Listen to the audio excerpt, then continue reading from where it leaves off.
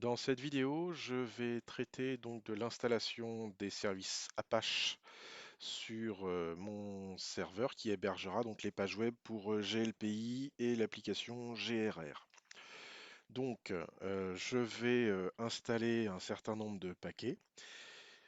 Donc, apt install. Alors, ici, je vais installer beaucoup de paquets. Donc, Apache 2, PHP. PHP-MySQL, ce n'est pas MySQL Server, c'est bien juste le lien entre PHP et MySQL que j'installe ici. Donc PHP MySQL. Je vais installer la lib Apache 2-mode-php. Après, j'ajoute toutes les extensions nécessaires pour le bon fonctionnement de ces deux applications, donc PHP, PHP-XML, PHP-LDAP, PHP-IMAP, PHP-APCU,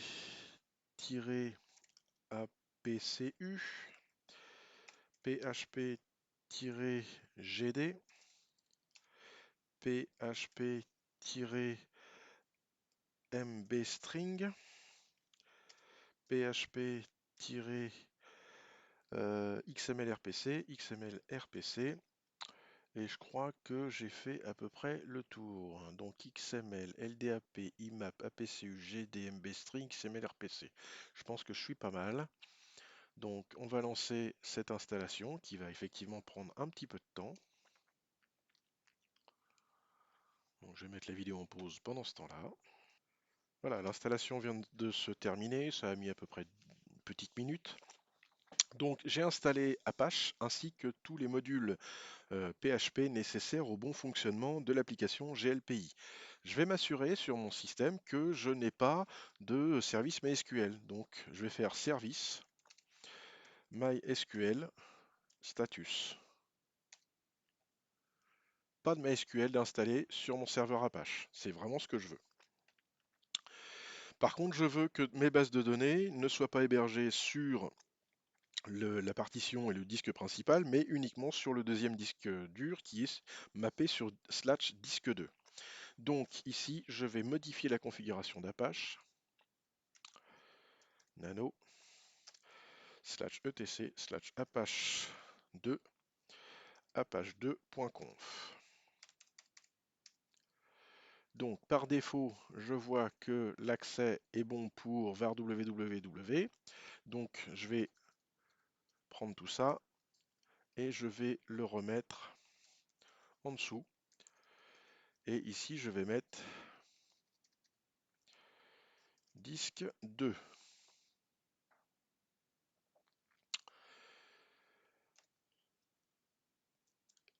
Le Holo Override, pour le GLPI, je sais que c'est pratique de mettre limite, donc je vais mettre ça ici et j'autorise donc l'accès avec le require All Granted. Temporairement, je vais créer donc un alias pour le GLPI. Donc je vais l'appeler /GLPI et il va pointer vers /disque 2 /GLPI. Je ferme mes guillemets. Donc ça, c'est ce qui va permettre le fonctionnement de mes bases, de mes sites web déjà sur le deuxième disque. D'ailleurs, j'ai oublié quelque chose. Je vais créer un deuxième alias qui va s'appeler /grr, par exemple, et qui pointera sur /disque 2 /grr. C'est pour le deuxième site web. J'enregistre à nouveau ces modifications et je vais redémarrer mon service Apache. Restart.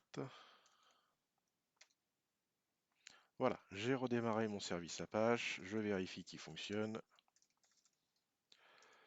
Apache 2, statut. Il fonctionne. Donc en théorie, je suis pas mal. Si je vais sur un client Windows 10, je vais essayer de accéder déjà à la page par défaut. Fatigue ces mots de passe. Pour mon Apache, donc je vais utiliser Firefox par exemple, pour changer. Et je vais saisir l'IP de mon serveur extranet 41.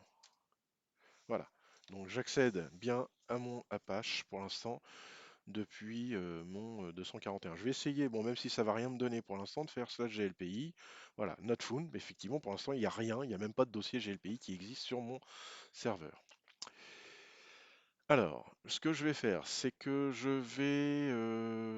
vais installer sur mon client temporairement, je vais installer, non, je vais le faire depuis le serveur, ça va être plus propre. Depuis le serveur, je vais installer WinSCP pour transférer le GLPI depuis mon serveur sur mon Linux. Donc, sur mon serveur ici, je vais installer mon serveur extranet, je vais installer Open SSH-serveur.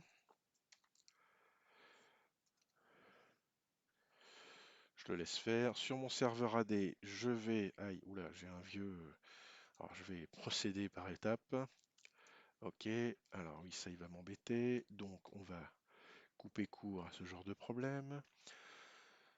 Sur mon serveur, je vais rajouter un autre navigateur. Je sais que c'est pas très recommandé, mais je vais être à peu près sérieux dans le sens où je vais installer le nouveau Microsoft Edge qui est pour le coup assez, assez fiable et qui fonctionne très bien sur un serveur 2016. À exécuter. Ça va me permettre d'avoir un navigateur digne de ce nom sur mon serveur 2016 avec lequel je vais pouvoir télécharger WinSCP et également GLPI et Fusion et tous les équipements nécessaires pour l'installation de mon GLPI. Donc ça prend un petit peu de temps. Voilà, l'installation est terminée, il me lance le Edge. Ça, on va pas. Voilà, donc Edge a été installé. Je vais télécharger WinSCP. Download. Je vais donc prendre WinSCP. Le téléchargement va démarrer relativement vite, voilà. Je vais en profiter pour télécharger GLPI.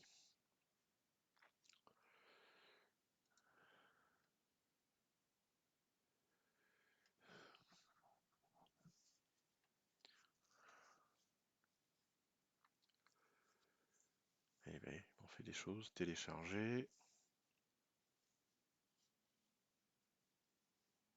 Voilà. Je télécharge la 9.4.5.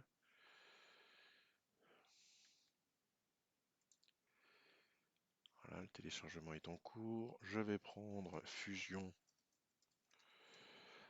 Inventory de la même façon.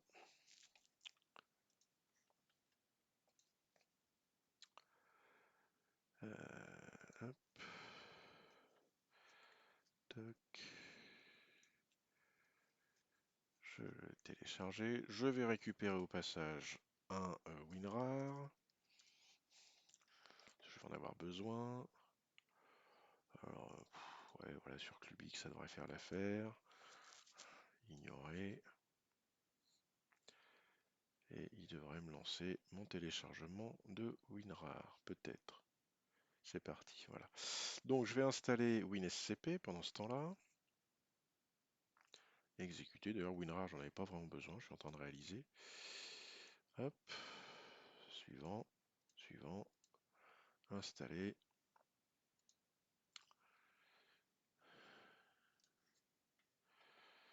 Donc je ferme tous mes navigateurs.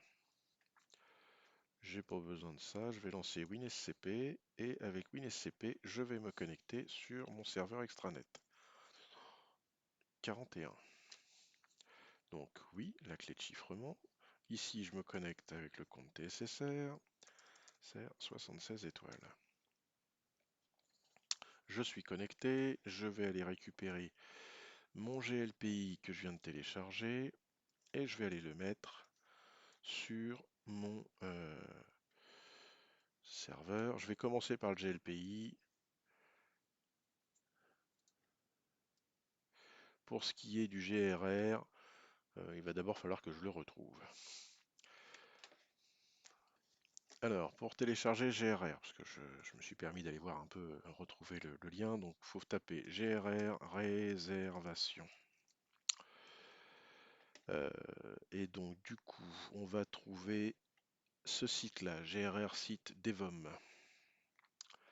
Alors, il faut descendre ici, relativement bas, et on a ici donc un espace de téléchargement. On va descendre un petit peu, on va prendre version et patch. On va descendre encore un peu et on retrouve ici donc le GRR 3.4. Alors la version en dessous c'est la bêta, hein, donc on va peut-être pas se tenter une bêta, on va prendre une version finale, téléchargée.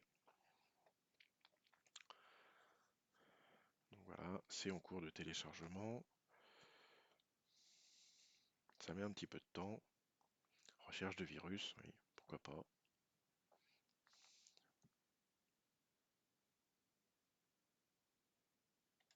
Voilà, donc c'est terminé. Je vais donc du coup rajouter ça sur mon serveur GLPI, enfin mon serveur extranet. Et maintenant, depuis mon extranet, je dois accéder à ces différents fichiers. Alors, GRR, c'est une archive .zip, donc il va falloir installer une application pour dézipper du .zip. Il y en a une, c'est pas difficile à retrouver, c'est apt install unzip, tout simplement.